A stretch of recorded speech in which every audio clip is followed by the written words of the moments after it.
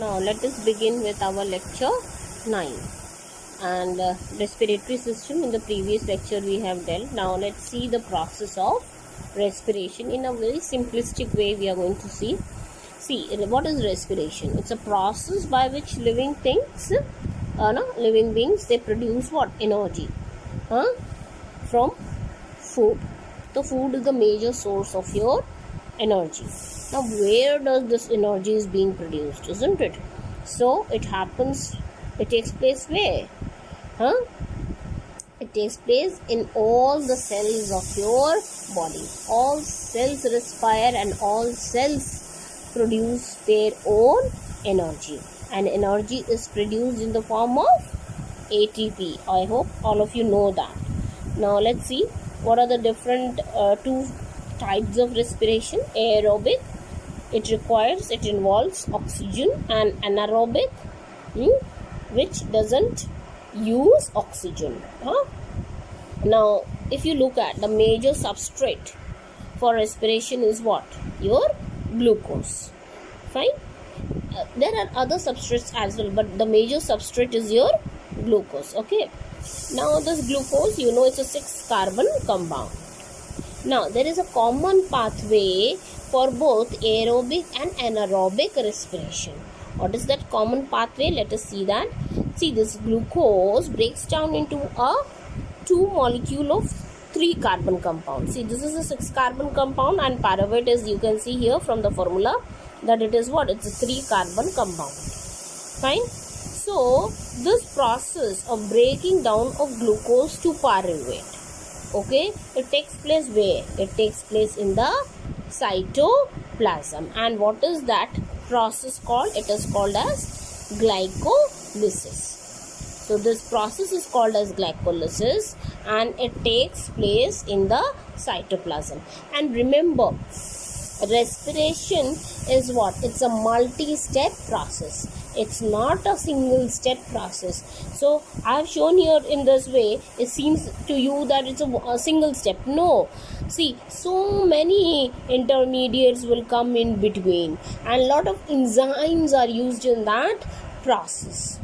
Fine. So that's why I said here we are going to deal in a very simplistic manner. Okay. So what is happening in cytoplasm, where no oxygen is required, and this is a common pathway you can see for both aerobic and anaerobic respiration.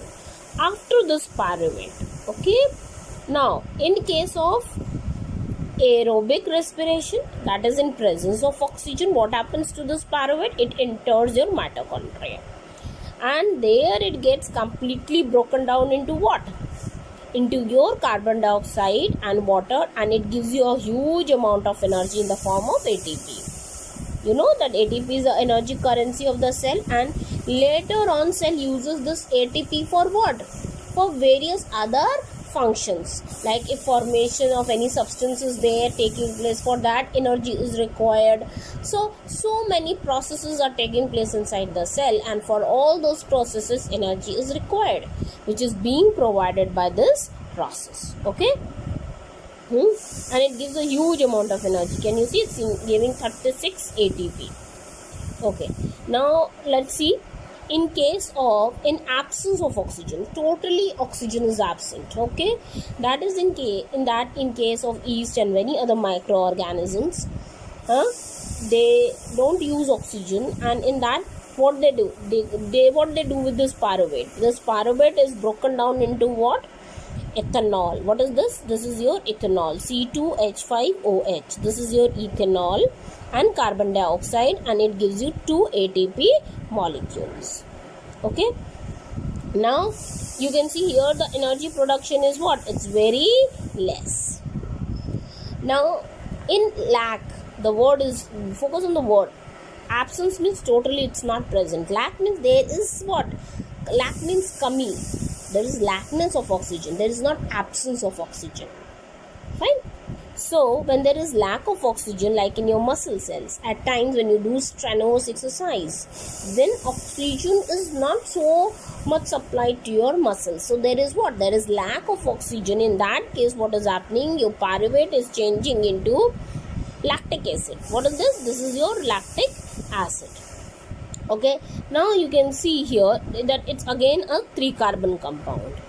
Pyruvate is 3 carbon and lactic acid is also 3 carbon compound, and it giving you in that process 2 ATP. But ethanol is what? It's a 2 carbon compound. Did you notice that? And it gives in this process what? 1 CO2. Therefore, this process is also called as what? Fermentation. What do we call it? We call it fermentation. We call it as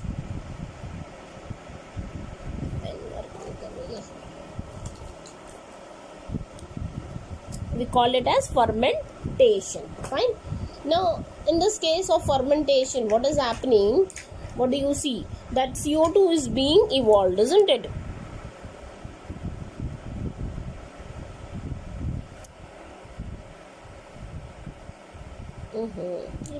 Technically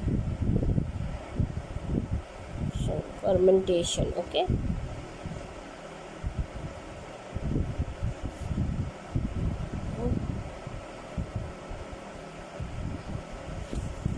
Fermentation, and your CO2, focus on the CO2. What is the CO2 doing? The CO2, you can see like batter and all, you can find that it has got bubbles in it. So these bubbles are containing what? Your CO2. Fine. So this is all about your respiration. And your, what do you find? That in plants, how do exchange of gases takes place? Through stomata. So the exchange of gases takes place in plants through stomata. Fine. And you know these stomata are present on the leaves of the plant. Okay. Now the next topic is our transportation, isn't it? What do we mean by saying transportation? Simple, that it carries substances from one place to another. That is called your what? Transportation, isn't it? In our daily life also, we transport things from one place to another, isn't it? Similarly, in your body, things are being transported from one place of your body to another part. Like before, in digestion, food is being absorbed, not being digested in your digestive system, but it needs to be distributed to your whole body. Similarly, in respiration, exchange is taking place in the lungs, but it has to go to all parts of your body. So which is the organ? Which system will take it? It is your transportation, that is your circulatory system. Now let's look at the components of the circulatory system. What are the organs that are coming in it? Okay, first is your heart. So heart is what? It's a pumping organ. It pumps your blood to various parts of your body. It's a muscular organ. We will deal in detail about heart. Then we are seeing that this is your blood vessels. Blood vessels are what? They are like what? Pipes.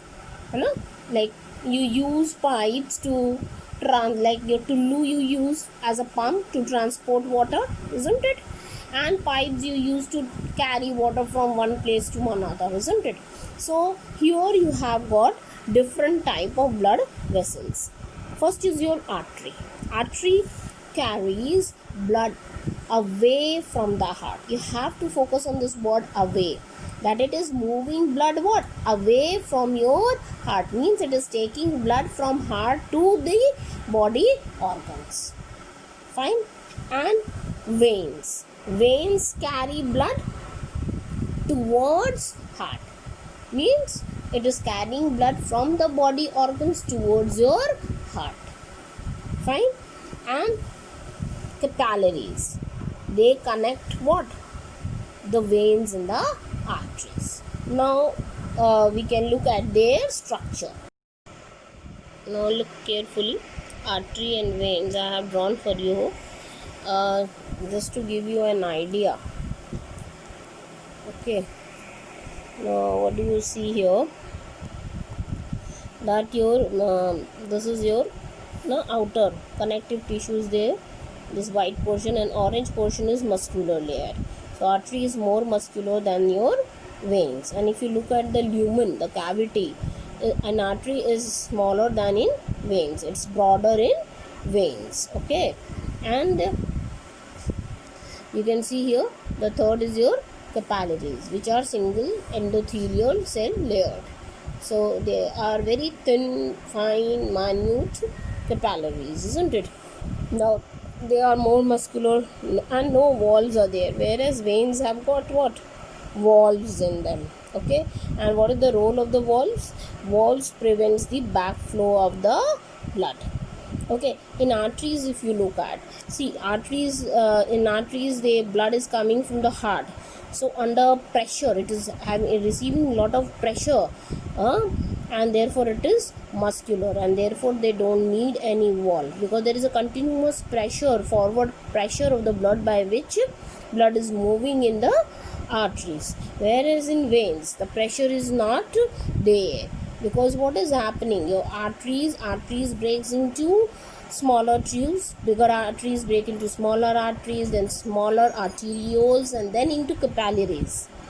So when you come to capillaries, and then capillaries unite, then form bigger venules, and then form smaller veins, and then bigger veins.